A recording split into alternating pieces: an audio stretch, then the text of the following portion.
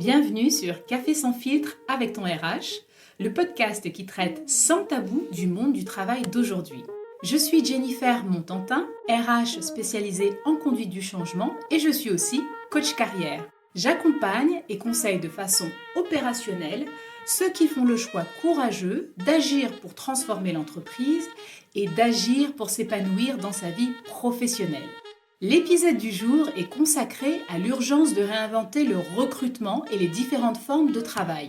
Aujourd'hui, un recrutement sur deux échoue et 2/3 des candidats déclarent moins aimer une entreprise après y avoir postulé. Des constats alarmants qui doivent pousser le monde de l'entreprise et du recrutement à se réinventer et à se poser d'urgence des questions sur comment attirer les meilleurs candidats, comment rendre l'offre et l'expérience recrutement impactantes, flexibles et alignées avec des objectifs business et candidats. Un sujet d'actualité que nous allons aborder avec notre invité du jour, un dirigeant à la fois ambitieux et très humain. Il s'agit du CEO de Sneakers & Jackets, Smart Consulting, agence de conseil digital dont une partie de l'activité consiste à mettre en relation des talents rares et des entreprises qui recrutent. Rejoignons sans plus tarder Charlie Gaillard, CEO de Sneakers & Jackets.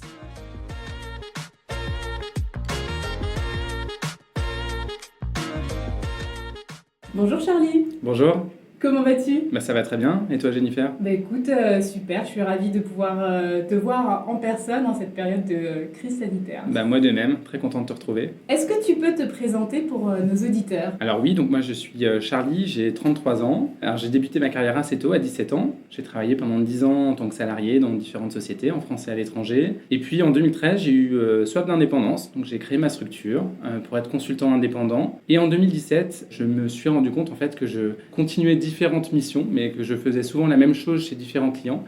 Et j'avais envie de ne plus être solopreneur, mais vraiment entrepreneur. Et donc, j'ai créé mon cabinet de conseil qui s'appelle donc Sneakers & Jackets. Aujourd'hui, on a deux activités. Une activité de conseil en management traditionnel. On a une deuxième activité de mise en relation entre des consultants indépendants et des grands comptes, ou d'autres types d'entreprises d'ailleurs. D'accord. Donc, quand tu dis on, tu es une équipe ? Alors oui, aujourd'hui, on est 5.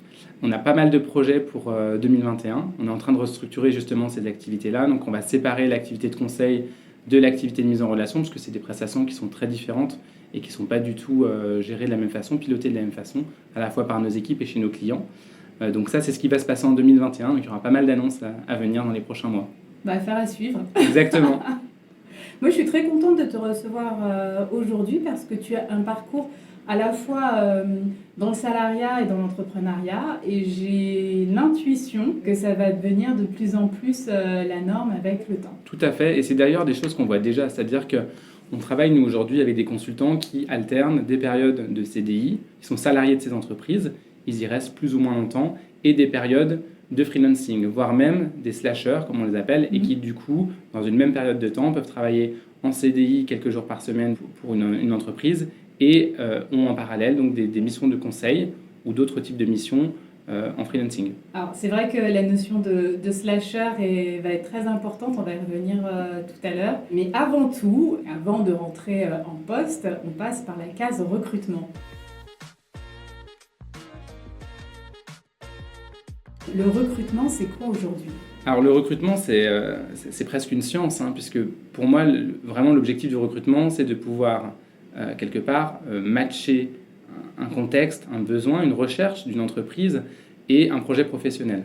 Aujourd'hui, on s'accorde souvent sur ce que les entreprises veulent, mais en réalité, il faut vraiment prendre en compte le projet professionnel du candidat. Et ce qu'on voit d'ailleurs souvent, puisque nous on travaille à la fois avec des candidats et des consultants, je ne l'ai pas mentionné tout à l'heure, c'est que en fait, certains candidats seront très bons dans certains contextes et le seront beaucoup moins dans d'autres. On a des candidats qui adorent les environnements qui sont réputés complexes, un peu politiques, dans lesquels eux vont s'amuser parce que c'est un challenge pour eux de comprendre à qui il faut parler, comment les décisions sont prises, etc. Et d'autres qui fuient ce genre d'environnement parce que justement ils sont plus à la recherche de simplicité. Et donc ça fait des vraies différences aussi en recrutement, c'est-à-dire ne pas seulement prendre en compte un projet d'entreprise ou un projet professionnel, mais vraiment un contexte global. Et c'est ça, nous, aujourd'hui, qu'on essaie de faire. J'aime beaucoup cette définition, la rencontre de deux mondes, celui du candidat et celui de l'entreprise et de son environnement. Exactement. Alors, Ça, c'est une définition qu'on a en commun. Maintenant, on sait qu'aujourd'hui, le recrutement pose problème aux entreprises et aux candidats. Selon toi, pourquoi ? Alors je pense qu'il y a effectivement une fracture entre les candidats et les entreprises. On le voit d'ailleurs assez souvent. Côté candidat, en fait, on voit qu'ils sont en recherche de bien comprendre comment l'entreprise fonctionne. Donc déjà, quel est le processus de décision par rapport à la candidature ? Donc souvent, quand on postule, c'est un saut dans le grand bain. On ne sait pas ce qui va se passer. Est-ce qu'on va être contacté ? Sous quelle forme ? Est-ce qu'il va y avoir plusieurs étapes ? Et je pense que franchement, les entreprises mériteraient de mieux définir leur processus, y compris peut-être dans les annonces, pour que le candidat qui aspire à rejoindre l'entreprise comprenne en tout cas quel est le processus et combien de temps ça peut prendre. Donc ça, c'est un premier point. Côté client, on a d'autres difficultés. Je me mets aussi de leur côté, puisque comme nous, on fait du recrutement pour eux, on voit certaines difficultés qu'ils peuvent parfois rencontrer. C'est assez difficile parce que très souvent, on reçoit beaucoup de candidatures, dont certaines n'ont parfois pas grand-chose à voir avec le profil, donc il peut s'agir de reconversion ou pas. Donc c'est là où effectivement, c'est important de pouvoir bien qualifier le projet professionnel du candidat. Mais c'est une vraie difficulté aujourd'hui de voir la masse de candidatures qui peuvent arriver sur une offre, et encore plus suite au Covid, puisqu'on a beaucoup de personnes qui sont actuellement en recherche sur le marché, et c'est assez difficile de pouvoir bien qualifier chaque candidature.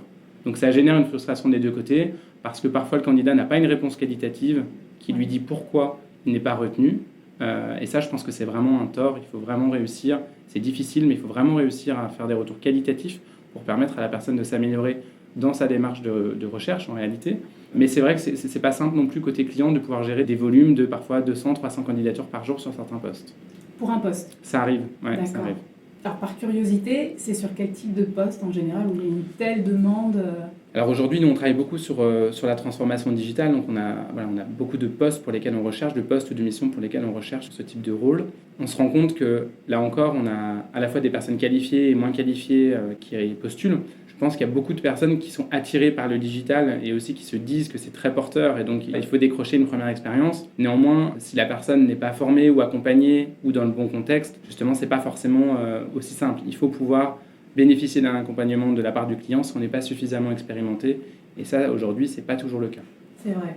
Donc, si j'ai bien compris, parmi les challenges du recrutement côté entreprise, on a la nécessité de créer des process clairs d'un côté, et de l'autre, la nécessité de réussir à donner du feedback qualitatif aux candidats, d'être en gros dans du care, d'être vraiment dans de la relation. Du coup, j'ai envie de te poser la question, selon toi, quelles sont les nouvelles attentes des candidats ? La première chose, je pense, c'est qu'il faut éviter à tout prix le greenwashing. Donc, on a beaucoup d'entreprises aujourd'hui qui cherchent à se positionner donc, avec la marque employeur, qui ont fait un travail assez important ces dernières années sur ce sujet, mais parfois trop. C'est-à-dire qu'il faut avoir un discours vrai. Et là aussi, le Covid a quand même fait évoluer les mentalités. On est à la recherche d'un alignement entre nos valeurs, ce qu'on recherche, et ce que notre potentiel employeur peut nous offrir. Et donc, il faut tout simplement être simple et dire ce qu'on apporte vraiment aujourd'hui à des candidats.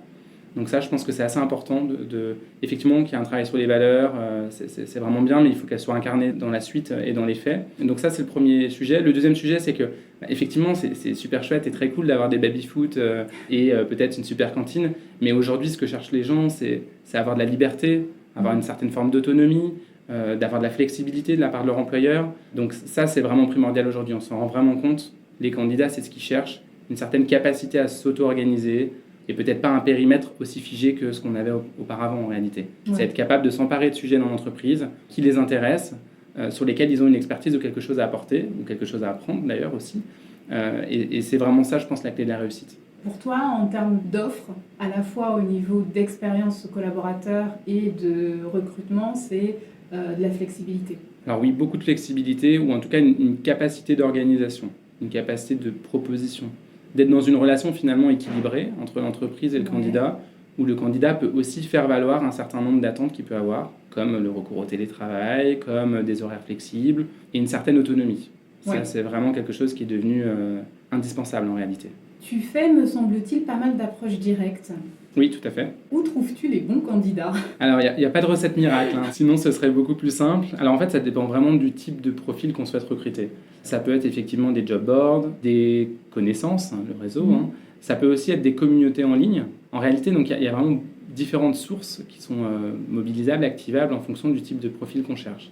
Par exemple, pour voilà, illustrer un petit peu de façon concrète, alors nous on en fait assez peu, mais ceux qui recherchent des développeurs, souvent ils vont sur Git, qui est une plateforme qui permet tout simplement de publier le code qu'on produit. Et ça permet à la fois aux recruteurs de voir quel est le type de code, justement, la qualité, etc. Et en même temps de trouver potentiellement la ressource, voilà, le mouton à 5 pattes qu'on recherche. Donc voilà, récemment on a eu aussi une demande de rédacteur de script pour une très grosse entreprise américaine qui diffuse et produit des contenus. Je ne peux pas dire son nom, mais je pense que vous voyez très bien à qui je fais référence. Oui. On ne l'avait jamais fait. D'accord. Et du coup, voilà, on a activé de nombreux leviers pour trouver du coup des personnes qui sont capables d'écrire des scripts. C'est quand même très particulier. Donc en fait, vraiment, le profil que vous cherchez qui va déterminer la façon dont vous le cherchez. Et c'est tout l'art du recrutement, c'est de pouvoir faire systématiquement du sur-mesure. On est dans de l'humain, donc il faut s'adapter précisément à la personne qu'on recherche et savoir où trouver. Complètement, là je te rejoins à 100% là-dessus. On ne peut pas recruter de la même façon des métiers différents. Non. C'est pas possible. C'est très difficile, Ouais, tout à fait. On entend que le digital, et notamment les ATS, les systèmes automatiques de gestion des candidats, rendent un peu froide la relation de recrutement. Comment, selon toi, le digital doit être utilisé dans ce domaine ? Alors pour moi, le digital, c'est vraiment un outil. C'est-à-dire que c'est d'ailleurs un excellent outil, c'est une aide formidable. Ça permet de faire vraiment beaucoup de choses, mais ce n'est pas une fin en soi. C'est-à-dire que le digital nous permet d'accéder effectivement à des millions de candidats ou à des millions d'entreprises, suivant de quel côté on se situe. Il nous permet de trouver des informations sur les entreprises qui nous intéressent, éventuellement de voir ce que le candidat a pu produire, ou par exemple des fois on a des portfolios en ligne ou autre. C'est très utile, mais je crois qu'il ne faut pas se fourvoyer. L'objectif, ce n'est pas de faire du recrutement digital, l'objectif c'est de recruter avec l'aide du digital. Oui, dans ce sens-là. Exactement. Donc on entend parler beaucoup d'intelligence artificielle, c'est des choses qui vont effectivement profondément, je pense, changer dans les années à venir la façon dont on recrute. Néanmoins, c'est important de se dire que c'est une aide et un outil, et peut-être pas la finalité en réalité. Alors, je vais te donner un exemple concret. Cet été, on s'est posé la question d'une croissance externe, donc de racheter une entreprise, notamment pour créer notre plateforme en ligne, notre plateforme digitale. Donc j'ai échangé avec beaucoup de patrons, de CEO de ce genre de plateforme, de mise en relation. Et en fait, beaucoup m'ont dit qu'avec des outils un peu automatisés, ils avaient très peu d'engagement de la part des candidats. Et notamment qu'ils avaient une défection très importante le jour du démarrage de la mission ou du contrat. Effectivement, quand on est humain, on a besoin de parler à des humains. Et si on reçoit un mail automatique qui nous dit qu'on démarre lundi à 8h à tel endroit, c'est pas la même chose. Donc on n'a pas le même niveau d'engagement. Et ça, c'est vrai que c'est important et je pense que c'est quelque chose qu'on redécouvre un peu, mais qui est primordial. C'est un bon exemple. C'est vrai qu'on reste humain et on a besoin de ce contact à un moment donné, surtout au démarrage. Bien sûr. Pourquoi, selon toi, la marque employeur est un élément déterminant pour attirer les meilleurs talents ? Tout simplement parce qu'en fait, on vit une guerre des talents. C'est-à-dire qu'aujourd'hui, dans certains domaines, donc moi je parle beaucoup du digital parce qu'effectivement c'est un secteur que je connais mieux, aujourd'hui on sait qu'on a moins de talents que de possibilités d'emploi. Donc il faut forcément que les employeurs soient à même déjà de bien comprendre cette réalité. Certains ont encore du mal, ça exige un certain niveau de maturité de comprendre qu'effectivement il y a un nombre de talents potentiels qui est limité. Et ensuite de pouvoir travailler sur mettre en valeur les avantages à travailler dans cette entreprise. Encore une fois, il ne s'agit pas de maquiller la réalité, mais plutôt d'appuyer sur les points forts et d'être suffisamment transparent pour qu'on travaille avec des gens avec qui on partage quelque chose. Je crois que c'est assez important qu'on ait quelque chose qui nous lie. Et d'ailleurs, c'est ce qu'on appelle la culture d'entreprise souvent. C'est ça, le fit culturel. Exactement.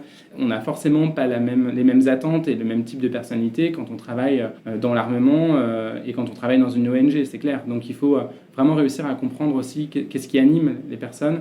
Et du coup, en fonction du type de profil qu'on veut recruter, de mettre en avant les éléments différenciants de sa structure. Et je travaillais pour plusieurs entreprises, notamment Eurostar, qui à l'époque, et toujours encore, avait quelque chose de magique autour de... Dès qu'on disait qu'on travaillait chez Eurostar, on voyait les yeux des gens s'illuminer. C'est la même chose chez Disney, qui est un de nos gros clients. Dès qu'on dit qu'on travaille avec Disney, il y a vraiment quelque chose qui se passe. Donc il y a des entreprises qui sont très, très bonnes, à la fois à positionner leur marque et leur marque employeur. Blablacar le fait aussi très très bien. Donc voilà, c'est vraiment réussir dans l'imaginaire collectif, réussir à créer une référence et quelque chose qu'on a, une communauté qu'on a envie de rejoindre quelque part. On ne rejoint pas juste une entreprise, on rejoint une communauté. Exactement. Et peut-être même un style de vie, j'ai l'impression. En tout cas, des valeurs fortes. C'est ça, des valeurs fortes qui nous animent. Pour reprendre l'exemple de Blablacar, où j'ai passé quelques mois, effectivement, on a énormément d'employés qui aujourd'hui sont convaincus qu'il faut une alternative un peu plus écologique à l'utilisation de la voiture personnelle. Et donc, c'est ce que permet le covoiturage. Et ça, c'est vraiment le ciment, quelque part, aussi, de la construction du projet d'entreprise. Sujet complètement différent. On parle souvent de rapport de force en recrutement. Selon toi, qui a le pouvoir ? Les candidats ou les recruteurs ? C'est une très bonne question. Je dirais que ça dépend des moments. Ça dépend des moments, et ce qui est assez amusant, c'est que souvent, les deux parties pensent qu'elles ont le pouvoir. Ou aucune, parfois, d'ailleurs. Là, en ce moment, effectivement, on est dans une phase de pré-reprise, avec tout ce qui s'est passé ces derniers mois. Clairement, c'est les candidats qui ont la main. Donc aujourd'hui, ils ont souvent plusieurs pistes en parallèle, et donc c'est d'autant plus important pour les entreprises de réussir à être visibles, à être séduisantes, voilà. Mais là, ce qu'on vit actuellement, c'est que les clients sont persuadés du contraire. Ils sont persuadés que le Covid a fait tellement de mal qu'il y a énormément de gens sur le marché, que tout le monde est en recherche, et qu'au contraire, elles peuvent se permettre de faire attendre un petit peu les candidats, et que de toute façon, ce sera une immense chance qu'elles offriront aux candidats de les rejoindre. Alors voilà, ça c'est typiquement le genre de choses qu'on voit régulièrement, où il y a une vraie cassure entre les candidats et les entreprises. La réalité aujourd'hui, c'est qu'effectivement, je pense que les candidats ont quand même plus la main. Oui, je le rejoins là-dessus aussi. Et la première fois, en fait, où je me suis trouvée dans une situation où le candidat avait plus de pouvoir que l'entreprise, c'était à l'étranger. Je ne sais pas si c'est quelque chose de franco-français, de se dire l'entreprise a le pouvoir, en tout cas de se dire ça de l'intérieur. En fait, quand je bossais en Allemagne, j'ai vraiment vu des candidats à la fois curieux, mais aussi très au fait sur leur pouvoir en termes de négociation dans le recrutement. Je pense que les choses changent en France aussi. Et là, le digital et la pénurie de talent aident beaucoup, parce que les entreprises sont obligées de se remettre en cause, ce qui n'était pas le cas effectivement il y a quelques années. Ouais. En fait, cet état de fait force les entreprises à se mettre dans une posture qui est différente. Et c'est d'ailleurs depuis seulement quelques années qu'on parle de marque employeur. Donc, je pense qu'il y a une prise de conscience assez récente autour de ça dans l'entreprise. Comme je le disais, c'est pas encore acquis pour toutes les entreprises, et ça dépend des moments. Mais effectivement, il y a un réel enjeu dans le recrutement à réussir. Et nous, c'est ce qu'on essaie de faire d'ailleurs pour le compte de nos clients. On s'en rend compte. Parfois, on reçoit des briefs de clients qui sont des offres types en réalité, qui cherchent des talents. Et la façon dont c'est rédigé, clairement, c'est pas la façon dont nous on le raconterait. Parce qu'on pense que justement, il faut valoriser. Dans chaque entreprise, il y a des choses à valoriser. Encore une fois, il faut pas maquiller, mais il faut vraiment sublimer les bons côtés. Et ça, c'est quand même aussi un métier. Il faut réussir à le faire et à le faire correctement. Nous avons parlé nouvelles règles du recrutement. Maintenant, intéressons-nous aux nouvelles formes du travail. Est-ce que pour toi, le salariat rend heureux aujourd'hui ? Alors, je pense qu'il n'y a pas de réponse absolue à cette question. Ça dépend pour qui, ça dépend quand. Donc, certains ont besoin d'un cadre, d'une certaine forme de stabilité, c'est important pour eux. D'autres préfèrent la liberté, quitte à avoir un peu de risque, le fait de choisir ses clients, choisir le moment où on travaille.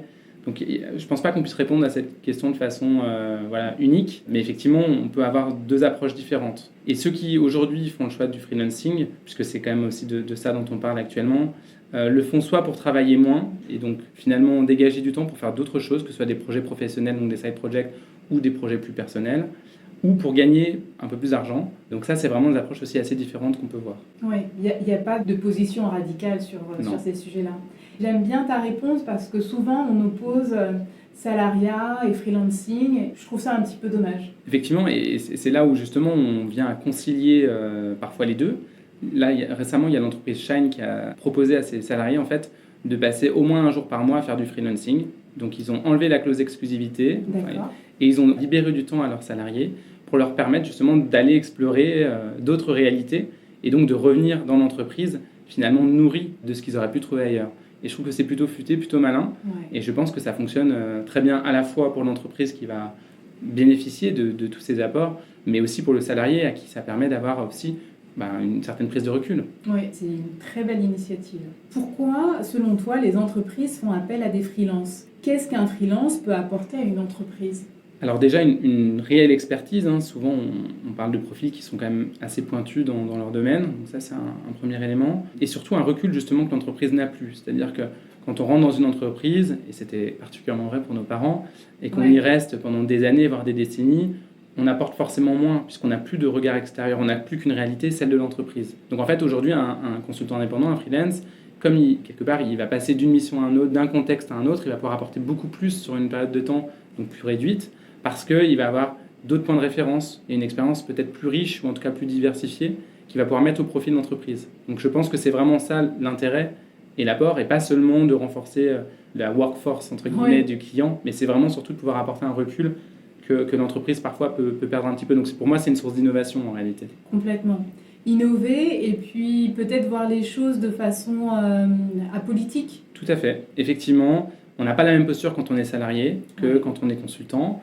Donc ça, c'est parfois d'ailleurs une difficulté, parce qu'on peut avoir des convictions très fortes qu'il faut bien entendu partager avec le client, c'est quelque chose d'important. Et c'est ça précisément la valeur qu'on lui amène, mais le faire de façon subtile. Oui, c'est ça. C'est pas toujours le plus simple. Ah non, je confirme. Mais c'est la clé de la réussite, je pense. Selon toi, comment on recrute un freelance? Qu'est-ce qu'il faut lui vendre? Un projet. Je pense que ce qu'il faut lui vendre, c'est un projet sur lequel il va s'éclater. C'est quand même des personnes qui, pour la plupart, vont prendre un risque personnel à un moment donné, donc de rompre une carrière peut-être un peu toute tracée dans une entreprise, et qui donc font le choix de l'indépendance à la fois pour gagner de l'autonomie, comme on l'a vu, mais aussi pour travailler sur des sujets qui les animent. Donc le fait de choisir ses clients, le fait de choisir ses projets, c'est vraiment important.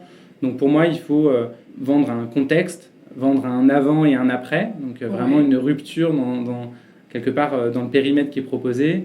Et puis peut-être parfois aussi vendre une référence, c'est-à-dire qu'on parlait tout à l'heure de marque employeur. C'est vrai que les consultants indépendants ont aussi ce réflexe de dire c'est très chouette, j'ai pu travailler pour telle grande entreprise, c'est quelque chose qui va m'apporter et que je vais pouvoir aussi mettre en avant par la suite. En termes de visibilité, Bien sûr.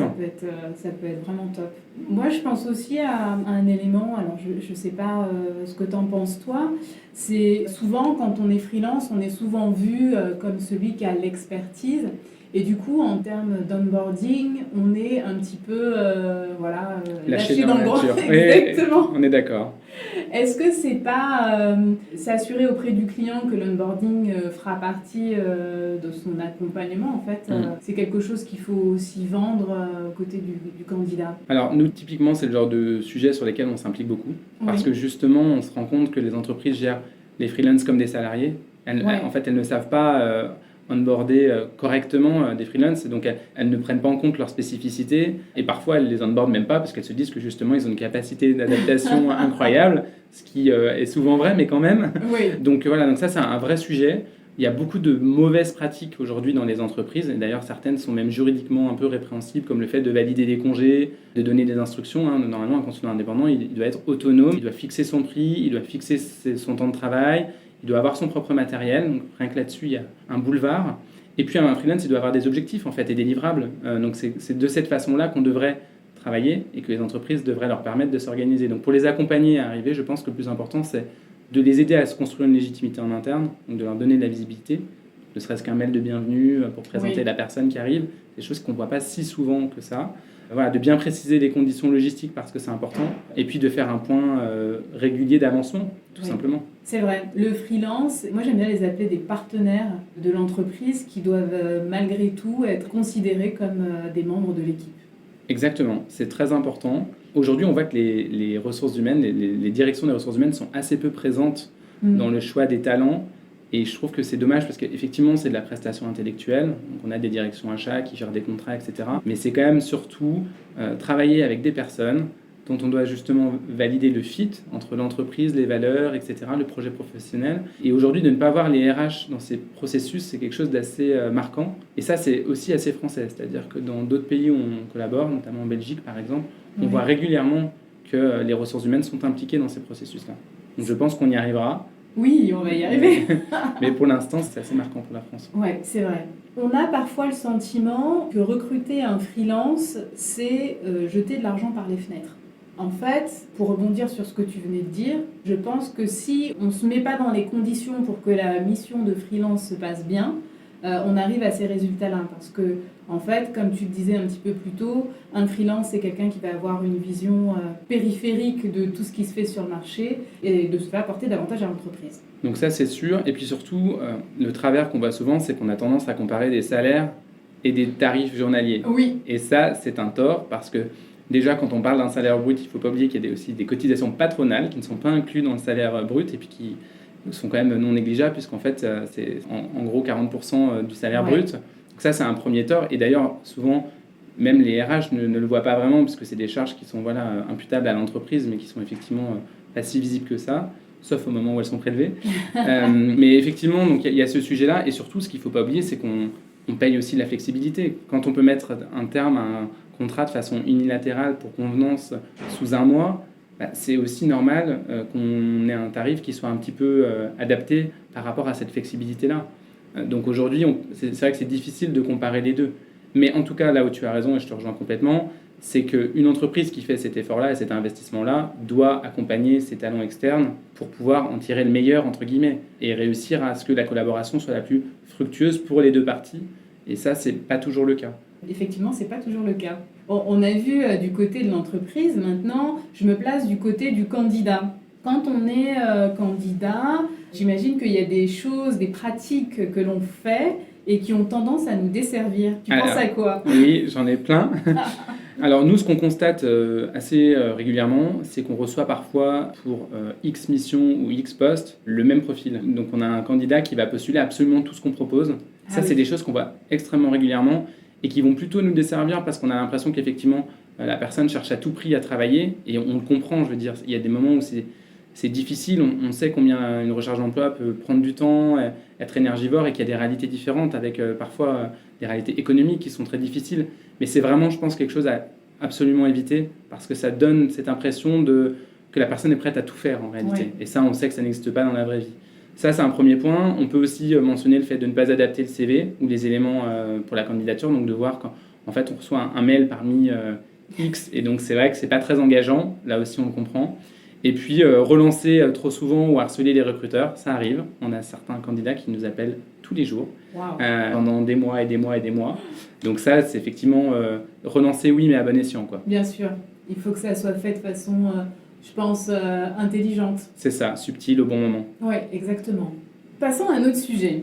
Le phénomène des slashers, on en a parlé un petit peu plus tôt, et donc c'est-à-dire de ces travailleurs qui ont plusieurs sources de revenus dans différentes entreprises, est en train de prendre de l'ampleur en France. Pour autant, j'ai le sentiment que c'est une situation qu'on est amené à cacher lors d'entretiens. Comment tu décryptes ce phénomène ? Alors, c'est vrai. Je trouve que c'est moins vrai depuis le premier confinement. D'accord. Ça aussi, là-dessus, on voit vraiment un changement de mentalité et d'état d'esprit. Ce qui avant était vu comme une forme de fuite de l'entreprise recruteuse est plutôt vu comme un apport potentiel, évidemment s'il n'y a pas de conflit d'intérêt.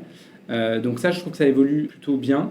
Surtout que souvent, les slashers sont des personnes qui ont du potentiel et qui sont justement des touche-à-tout, qui ont besoin de se nourrir de différentes missions et qui ont un mode de fonctionnement peut-être un peu différent.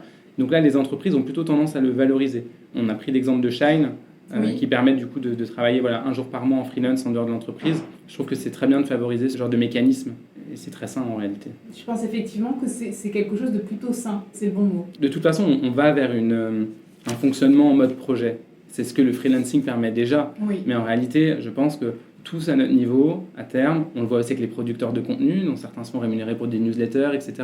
Donc on va quand même on passe du salariat où quelque part on a une seule mission pour laquelle on est payé de façon fixe tous les mois, à une multitude de projets qu'on a envie de réaliser pour lesquels, qui doivent nous permettre en tout cas de vivre. Oui, je pense que la notion de sens au travail et de diversité au travail est symptomatique de ce phénomène de slasher en fait. C'est sûr, on parle beaucoup d'alignement. Et l'alignement, c'est difficile d'être aligné avec un seul job, sur un périmètre qui n'évolue potentiellement pas pendant plusieurs années. Donc il faut aller chercher de la diversité, soit dans l'entreprise, soit en dehors. Voilà, c'est très vertueux pour tout le monde. Je pense, et puis aussi c'est une épine de moins pour les services RH, à qui on demande de faire beaucoup pour le candidat, pour le salarié aussi, mais qui concrètement n'a pas la matière pour satisfaire tout le monde dans un poste en question. Bien sûr. Et puis souvent les entreprises, elles cherchent des moutons à 5 pattes. Oui. Et comment on construit des moutons à 5 pattes ? Tout simplement en leur permettant d'avoir des activités extra-professionnelles, ou en tout cas en dehors de l'entreprise, d'autres activités qui vont leur permettre justement d'avoir tout un tas de compétences, d'expériences qui vont énormément au final amener à la fois à la personne mais à l'entreprise. Donc il faut le valoriser, je pense que c'est un vrai sujet et qu'on avance favorablement, pas assez vite, souvent en France ça prend un peu de temps, mais je suis persuadé que dans quelques années ce sera quelque chose de beaucoup plus répandu, en tout cas d'assumé. Oui, l'assumer, ça serait vraiment un grand pas. Je pense. Avec la crise sanitaire, beaucoup de travailleurs se sont penchés sur leur rapport au travail et se sont interrogés sur une possible forme de surinvestissement au travail. Aujourd'hui, ils envisagent de travailler à temps partiel ou à distance. Est-ce que tu vois ce type d'évolution dans les offres d'emploi? Alors clairement, le télétravail, c'est devenu la règle. Alors souvent, on parle de télétravail plutôt partiel.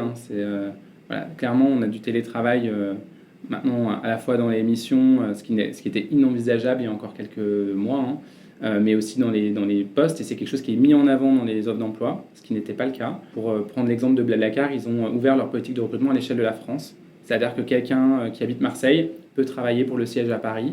Voilà, ils organisent des événements réguliers, évidemment, pour que les équipes puissent se rencontrer. Mais ils recrutent sur le territoire national, sans distinction de région, même s'ils n'ont pas de bureau. Donc ça, c'est des choses qu'on voit émerger. On a des entreprises qui basculent en full remote, avec un accueil plus mitigé de la part des salariés, puisque beaucoup se rendent compte aussi que le télétravail, c'est pas non plus la panacée, et que de voir ses collègues pour prendre un café, c'est quand même chouette. Voilà, et puis après, ça pose plein de questions, comme les politiques de salaire, c'est-à-dire si j'habite à Marseille et que j'ai le même travail que mon collègue qui habite à Paris, est-ce que je dois être payé selon là où j'habite ou quelque part là où est le siège de la société? Donc il y a beaucoup de questions qui vont découler de ces nouvelles pratiques de rémunération et d'organisation des entreprises. Absolument, et c'est d'ailleurs un sujet qu'on a abordé dans un de nos podcasts. Nous voici arrivés à la dernière partie de notre échange où nous allons creuser la question « Comment mettre en place un recrutement gagnant-gagnant ?»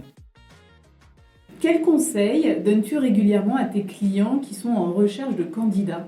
Alors pour moi, la première chose, c'est vraiment d'être transparent. Être transparent sur la recherche, sur le contexte, bien exprimer ce qui est attendu avec les plus. Alors les moins, c'est difficile de les mettre dans une offre d'emploi, mais quand même avoir un discours de vérité vis-à-vis du candidat, je pense que c'est vraiment important. Échanger sur les valeurs, le projet, même l'ambiance, c'est des questions qui reviennent de toute façon de plus en plus.